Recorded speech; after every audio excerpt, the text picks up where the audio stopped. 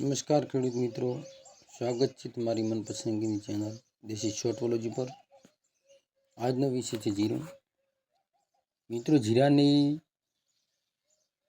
વેચાણની અંદર કોઈ હજી સુધારો થયો નથી। એની જ સ્થિતિમાં છે।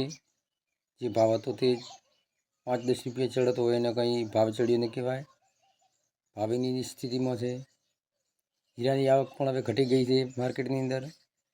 ખેડૂતોને એવું લાગી ગયું કે જીરું વેચાણ કરવાની જરૂર છે, એટલે માર્કેટની અંદર એનું જીરું પણ નથી આવી શકતું। એ મિત્રો, ખેડૂતોને અંદાજ લાગી ગયો હવે જીરું સંગ્રહવાનો।